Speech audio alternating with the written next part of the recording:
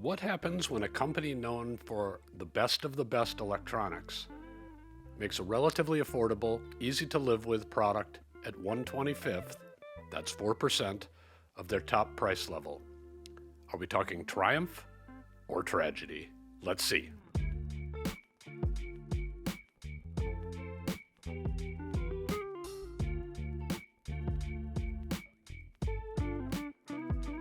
Welcome, ladies and gentlemen, music lovers and audiophiles. Today I'll be summarizing several weeks of listening to the darTZeel LC-208 Mark II streaming DAC integrated amp. I hope you enjoy it. darTZeel is a Swiss electronics manufacturer who, like CH Precision and Solution and Goldman, operates at the top end of the market. If you just look at prices and want maximum specs per dollar, this is not the place to shop. But I take notice that many of our most experienced reviewers opt for Swiss electronics in their reference systems. Robert Harley, editor-in-chief of the Absolute Sound magazine, uses CH Precision. Jonathan Vallon, our most senior reviewer and managing editor, has a fondness for Solution.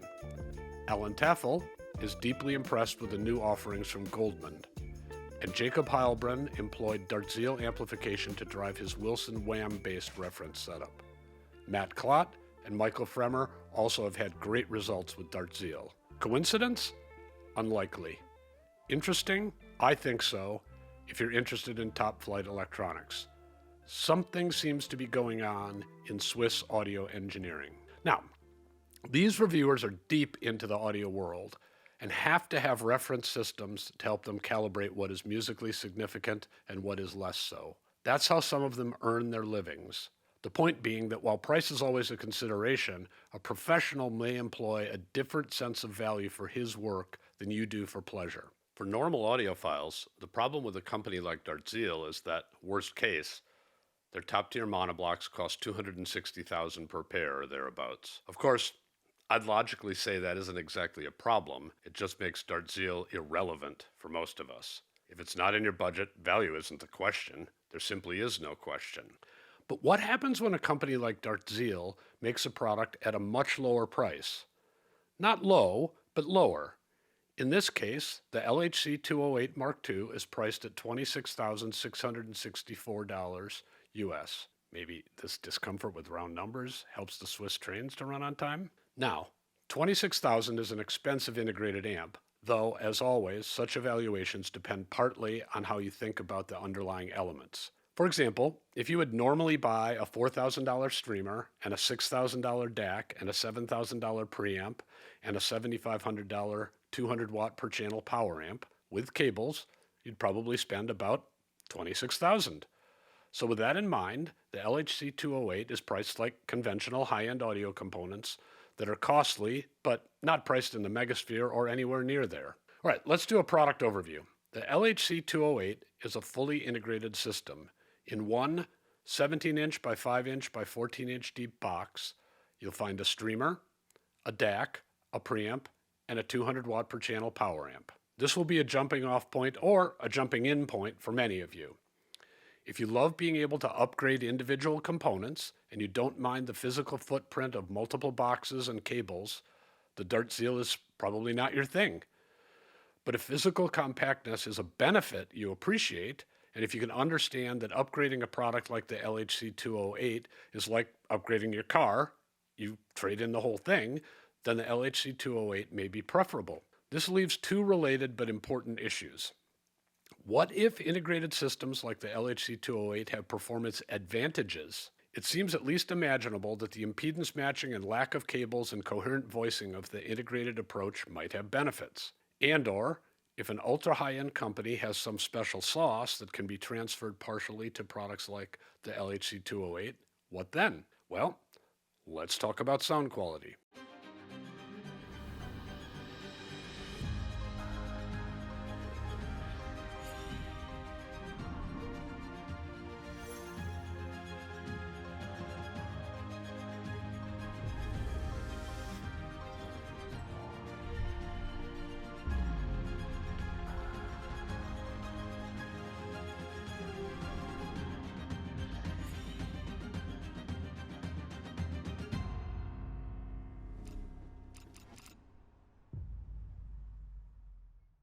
I've been using the LHC-208 in our listening room number 2 for several weeks. It's driving Magico A5 speakers using WireWorld speaker cables. The Magicos, for reference, are specified at 87 dB efficiency, and listening room number 2 has a volume of about 4,000 cubic feet. Acoustic treatment is by Ready Acoustics. I fed the LHC-208 with mainly high-res streams from Qobuz. Now, remember that we use the sound of real instruments in real spaces as our reference for objective observation of how equipment performs. See the description for a link to more information on our methodology. The first element of the LHC-208 that drew my attention was the relative lack of digital distortion. There are often, even with some high-end DACs, distortions in the upper mid-range and treble that simply aren't there with real instruments. D to A conversion is hard, and there can be amusical properties like out-of-band math artifacts that are noticeable with the right reference. And I would say these are very disturbing to some listeners. Some people, in fact, focus on vinyl to avoid them. The LHC-208 simply presents treble with fewer distortions than many systems in this price range. I noticed this missing distortion on Maria Mena's album Cause and Effect, which is in regular CD format but sounds pure and delicate. The darTZeel did a better job on several other 1644 albums that I listened to, so as much as I recommend high res, the LHC-208 is a great choice for old-fashioned CD lovers or lovers of older or obscure music that hasn't been remastered. It's important to say that this upper range performance doesn't seem to be a matter of rolling off or softening the treble. It isn't a tone shaping thing. It sounds like the removal of a distortion so that upper mid-range and treble sound more resolved and clearer, yet less edgy. You might call this unmasking, where you get greater clarity and less brittleness and grain and edge. Sleater-Kinney's The Woods is anything but delicate, with searing guitars and a treble intensity by design that grabs your attention. And yet, on the darTZeel, the treble power is impressively delineated, not a jumble of noise and distortion. Power and annoying nastiness are not the same thing. If you have previously assumed that DACs in these new integrated amps are phoned in, check the box kind of affairs just to round out the feature set, the darTZeel will make you think differently. It's possible that the big feature here is the DAC, except that the LHC-208 goes beyond the DAC. The intrinsic sound of instruments, even outside the dreaded DAC artifact band, is also exceptional. There's a smoothness to instrumental sound that, again, isn't a treble roll-off because the detail on offer is phenomenal. It sounds like some low-level noise has been removed so that instrumental tones sound more of a piece or more continuous than we're accustomed to. To use a visual analogy, if you've looked at very high-resolution photos, tonal gradations are just smoother, but the detail is also higher. The thing you notice with this combination is the tonal beauty. Infinite Voyage, with the Emerson String Quartet and Barbara Hannigan, shows off this sense of coherence in instrumental tone. The strings sound natural, and Hannigan's voice simply sounds open and gorgeous on the beautiful Hindemith that opens the album. Another test of resolution of electronics comes in the portrayal of sound staging, instrumental placement on a virtual stage, and sound space, the sense of the size and envelopment of the venue. Here, again, the LHC-208 does a wonderful job. I especially noticed that the depth of the soundstage was more believable than on some amps, with instruments extending from a plane behind the speakers to many feet farther back. Sound space, which requires excellent small signal handling, was also a joy to hear.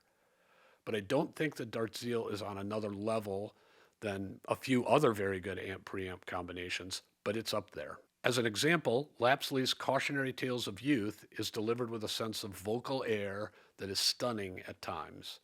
The scope of the soundstage is highly engaging as well. This brings us to dynamics. There is perhaps a tendency to think of dynamics as big, powerful swings from very soft to very loud. The darTZeel does a fine job here, but such dynamics are musically rarer than equipment reviews might lead you to think. Still, the LHC-208 managed these moves in an uncompressed way that came close to my reference system, which has 1,000 watts per channel. The bigger thing, perhaps, are middle-level transients like drum beats rim shots, trumpet work, and guitar solos. The LHC-208 makes it clear that an amplifier's ability to track both the leading and trailing edge of these signals is important. Somehow, the darTZeel just seems realistically agile and rhythmic in a way that some lesser equipment often doesn't match. This may involve boring-sounding stuff like power supply design and output impedances, but when you hear it done right, you know it. Again, this is a subtle advantage, but one that I think is worthwhile. Take, for example, Spaces by Yoshi Horikawa. Some tracks feature percussion that's meted out slowly to an unusual rhythm, but which has a snap and clarity to make it anything but boring.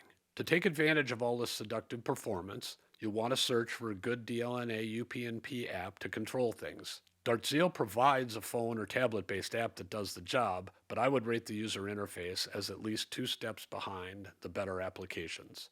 Fortunately, there are many choices in the App Store or on Google Play. All right, let's summarize. The darTZeel LHC-208 Mark II costs about what mid-price separates with similar functionality would cost. If you appreciate musical subtlety and know the sound of real instruments, the LHC-208 outperforms most comparably priced separates. It does this in a way that will be musically meaningful to those trying to get a more believable rendition of recorded music. It won't bend the space-time continuum, or blow your mind, or fix the problems of your speakers or your room, so it applies best for audiophiles and music lovers who choose this for an otherwise well-developed system. I hope you've enjoyed this review of the darTZeel LHC-208 Mark II integrated amp. If you have, check in the description for a link to our weekly newsletters. They're free and contain many more reviews from our staff of 28 reviewers. Thanks for watching, and we hope to see you again soon.